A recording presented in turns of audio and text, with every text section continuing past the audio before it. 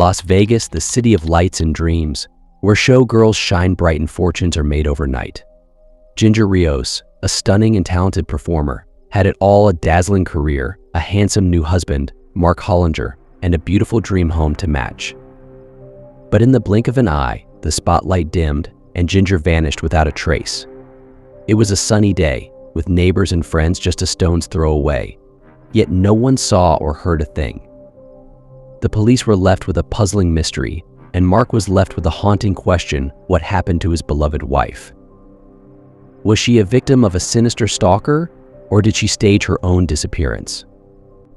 The investigation that followed would unravel a web of secrets and lies, revealing a truth that would shake the very foundations of their seemingly perfect life.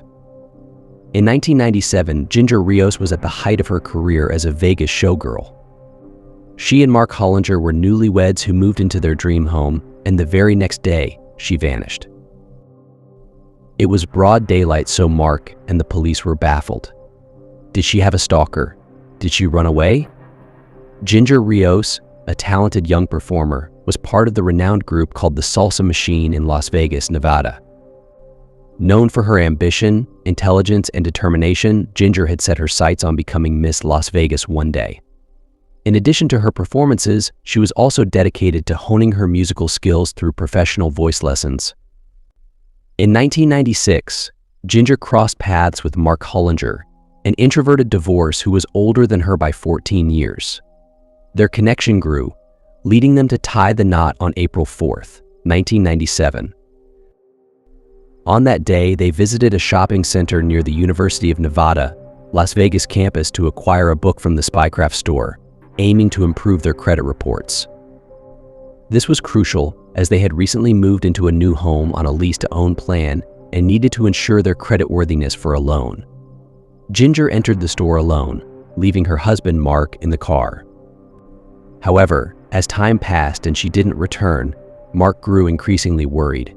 He decided to search for her and entered the store, where the staff informed him that Ginger had already made her purchase and left. Despite feeling uneasy about their response, Mark thanked them and continued his search. He combed the shopping center, but to no avail. Returning to the store, he asked the couple once again if they had seen his wife. However, they merely repeated their previous statement, offering no new information. Mark proceeded to contact his father-in-law, George, and informed him of Ginger's sudden disappearance. George, being a practical and level-headed individual, reassured Mark by suggesting that Ginger may have simply wandered off to another store and would soon return. However, as time passed without any sign of Ginger, Mark and George made the decision to revisit the Spycraft store later that night. Their intention was to access the surveillance footage in the hopes of gaining some insight into Ginger's actions prior to vanishing. Unfortunately, upon their arrival, they discovered that the store was locked and had a closed sign displayed in the window. Nevertheless, Mark noticed the couple he had spoken to earlier in the day nearby. They were standing next to a van with a baby in the parking lot. Mark approached them, explaining his wife's disappearance and requesting access to their CCTV footage. Although the couple claimed to be in a hurry, the man, who introduced himself as John Flowers, the shop owner, assured Mark that they would review the footage on the following Monday. Mark and George expressed their gratitude to the Flowers and continued their search for Ginger, but their efforts yielded no results. On April 6th, Mark took the step of filing a missing persons report with the Las Vegas police, prompting them to initiate an immediate investigation. Ginger's family firmly believed that she would not have willingly left, as she was deeply committed to her career and was eagerly anticipating the next chapter of her life in her new home. Furthermore, her financial records showed no activity, indicating that her paycheck and bank accounts remained untouched. Initially, Ginger's family did not consider Mark a suspect, but due to the standard procedure of considering the spouse as the primary person of interest in such cases, Mark underwent thorough investigation by the police. During this process, it was revealed that Ginger and Mark's marriage was not as harmonious as they had portrayed it to be. In fact, Ginger had spent some time residing in a hotel away from Mark. The police questioned Mark extensively regarding Ginger's disappearance, but he vehemently denied any involvement. He expressed his deep affection for Ginger, and, despite the occasional difficulties in their recent union, they were fundamentally content. However, suspicions arose when Mark's vehicle was discovered ablaze in a parking lot, and he was nowhere to be found. Law enforcement authorities speculated that he might have been attempting to eliminate any incriminating evidence, leading them to subject his car to forensic examination. In the meantime, Mark was questioned by the police regarding his vehicle. Mark maintained that while driving home from work, his car had experienced overheating issues and subsequently burst into flames. He stated that he had made the decision to abandon the vehicle and proceed on foot. Although Mark's car underwent meticulous forensic testing, the fire had eradicated any potential evidence, and with no conclusive links to his wife's disappearance, Mark was officially exonerated. Consequently, the police opted to visit the Spycraft store, the last known location where Ginger had been seen alive. They contacted the store's proprietor, John Flowers, and inquired about the CCTV footage from the day Ginger vanished. Flowers informed the detective that he was currently at his other store in Phoenix but would return shortly. Subsequently, the investigators decided to inspect the storefront. While the detectives did not observe anything out of the ordinary in the front section of the store, they were immediately greeted by a potent bleach odor upon entering the back room. Additionally, they noticed a small patch of dried blood on one of the walls. The blood sample was collected and preserved, however, its minuscule size rendered it untestable. Flowers was interrogated by the investigators, and he informed the police that his dog had soiled the storage room, necessitating the use of strong cleaning agents to rectify the situation. He asserted that the blood stain must have originated from the dog as well. The detectives found this explanation plausible. When questioned about Ginger, Flowers claimed that she had entered his store, perused the bookshelves, proceeded to the checkout counter, purchased 2 books, and subsequently departed. He maintained that she had been captured on the surveillance footage while inside the store. Flowers, however, claimed that he did not possess a copy of the tape and it had been recorded over. The owner of the Spycraft store also mentioned having a cash register receipt from the time Ginger was in the store, but was unable to produce it when asked by investigators. Despite these circumstances, there was no evidence linking him to Ginger's disappearance. The police decided to explore Ginger's profession as a stage performer, which often attracted unwanted attention from male admirers. Detectives considered the possibility of her being targeted by a stalker. However, this line of investigation proved unproductive, leading the investigation to a standstill. A month later, on May 5th, a hunter discovered the body of an unidentified woman in the Arizona desert. The woman was found unclothed and without any form of identification. Notably, she wore 2 rings, one with 3 gems and the other featuring either the letter W or M, as Ginger did not own such jewelry. The woman's identity remained a mystery. The local media released photos of the rings in an attempt to identify her, but both cases remained unsolved. 3 months later, a federal agent contacted the detective in charge of Ginger's case from Phoenix, Arizona. The agent informed him that he had uncovered a lead that could be relevant to Ginger's disappearance. According to the agent, John Flowers was now a fugitive after being investigated for selling illegal listening devices. When questioned by the police, John's wife, Cheryl Flowers, disclosed that she knew what had happened to Ginger. Detectives promptly traveled to Phoenix to interview Cheryl. She explained that she had initially withheld the truth out of fear for her husband, but now that he was on the run, she felt safe enough to reveal the truth about Ginger's disappearance. Cheryl recounted that on that particular day, she, her husband, and their baby were at the front of the store when Ginger entered. John immediately instructed his wife to fetch some film for their camera. Although the request seemed unusual, John often asked her to do peculiar things, so she didn't question him. Leaving John alone with the young woman, who happened to be the only customer in the store at that time, she returned after 10 minutes to find Ginger gone. Ginger's worried husband entered the store just after John's wife, inquiring about her whereabouts. Cheryl remained silent as her husband informed the visibly distressed man that Ginger had been present but had already left. Cheryl recalled that after Mark left, John looked at her fearfully and warned her not to enter the back rooms. However, curiosity got the better of her, and she eventually peeked inside. To her horror, she discovered Ginger's lifeless body lying on the floor in a pool of blood. As she stood there processing the scene, John suddenly appeared behind her, gripping her tightly. He cautioned her never to speak a word about what she had witnessed, emphasizing that her silence was crucial for her own safety and the well-being of their child. He confessed to assaulting and killing Ginger, claiming that it was a result of her provocation. However, John never provided Cheryl with a rational explanation for his actions. After closing the shop for the rest of the day, Cheryl stated that John began disposing of the evidence. At his request, an employee purchased large plastic garbage bags, and John locked himself in the back of the store with them. Later, when another employee went to the back, they discovered bleach spilled all over the floor. John explained it away as cleaning up after his dog. Cheryl revealed that Ginger's body had been wrapped in plastic garbage bags.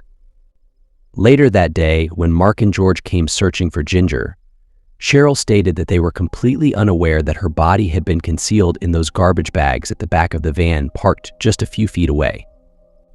The next morning, John drove to the Arizona desert with the remains in the van and disposed of Ginger's body.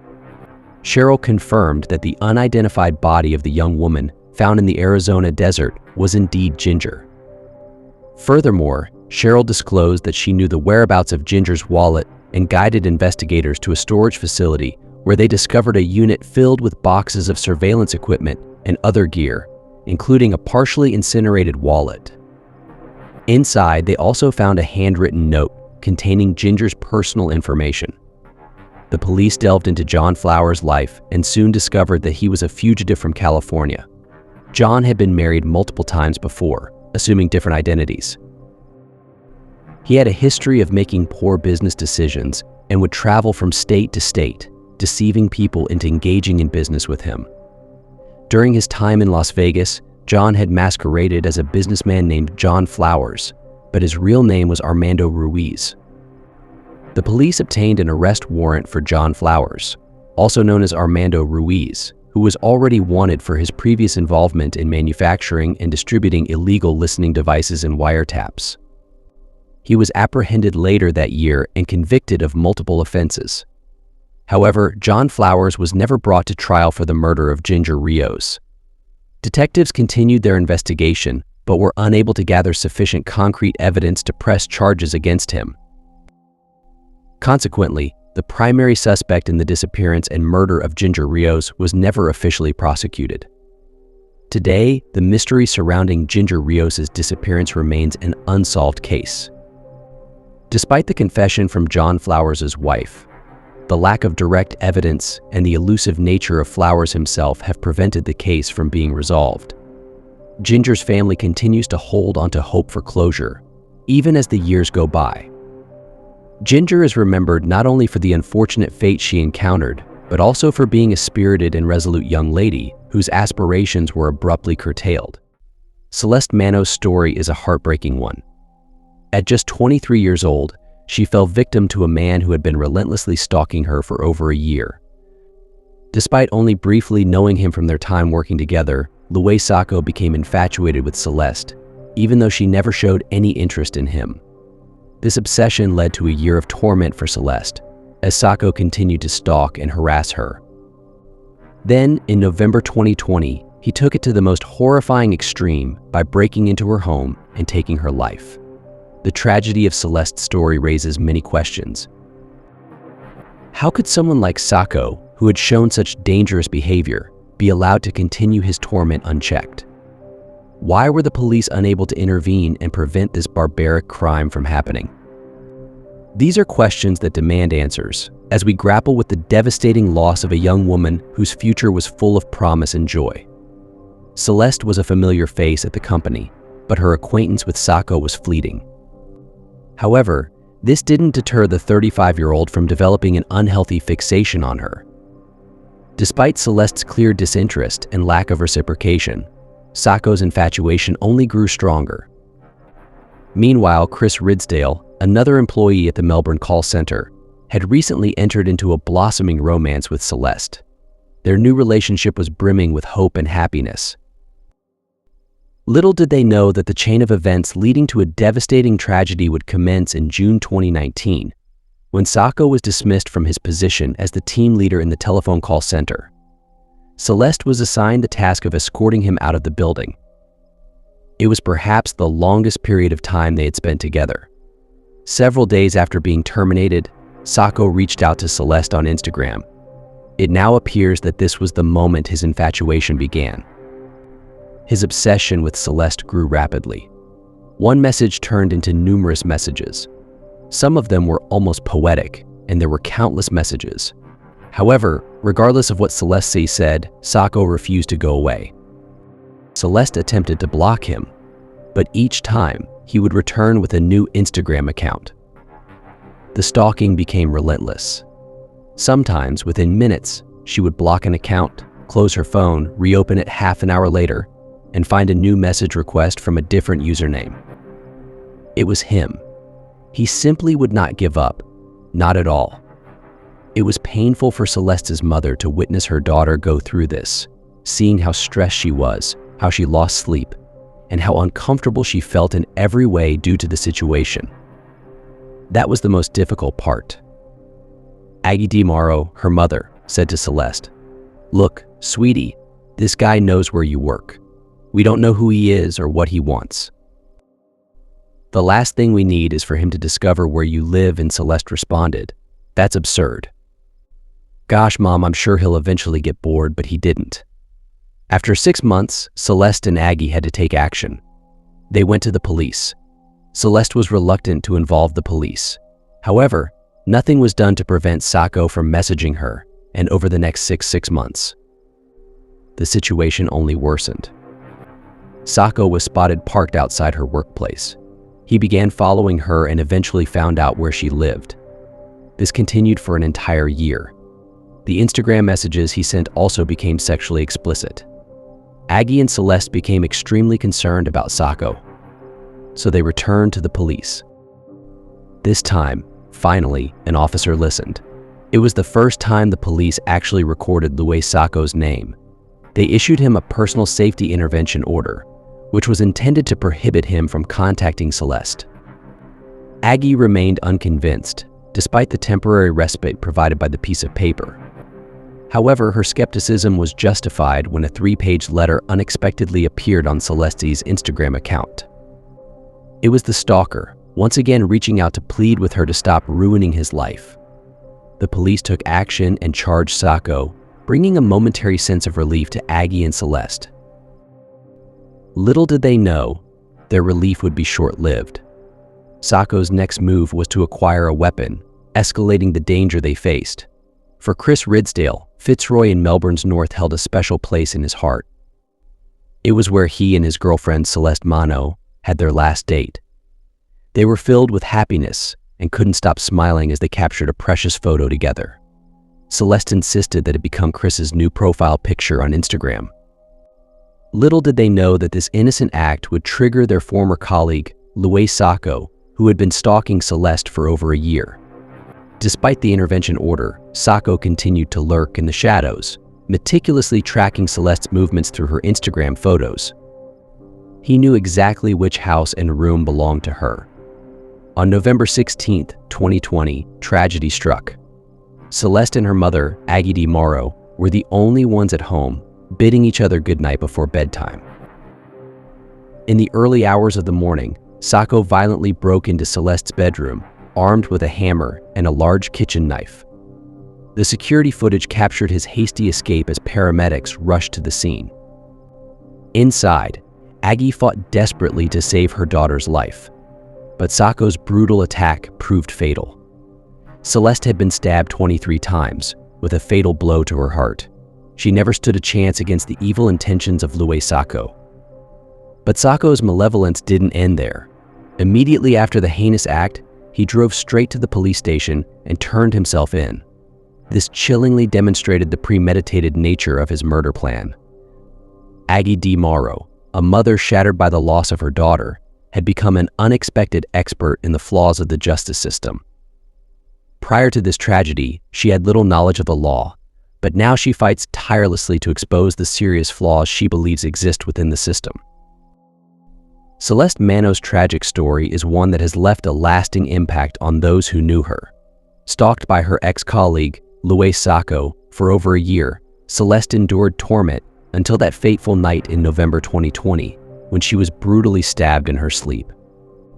It's a senseless crime that Aggie, Celeste's mother, is determined to prevent from happening again. The murder of Celeste prompted the Victoria's Law Reform Commission to take action in 2021. They launched an inquiry into the state's stalking laws, recognizing the need for change. Professor Mashuan, who worked on the review, expressed her anger at the lack of progress. Out of the 45 recommendations made, not a single one has been fully adopted. The case itself was a grueling process, dragging on for 3 painstaking years. Sacco eventually pleaded guilty to murdering Celeste, but only after failing to convince psychiatrists that he was mentally impaired. It was clear that he knew exactly what he was doing.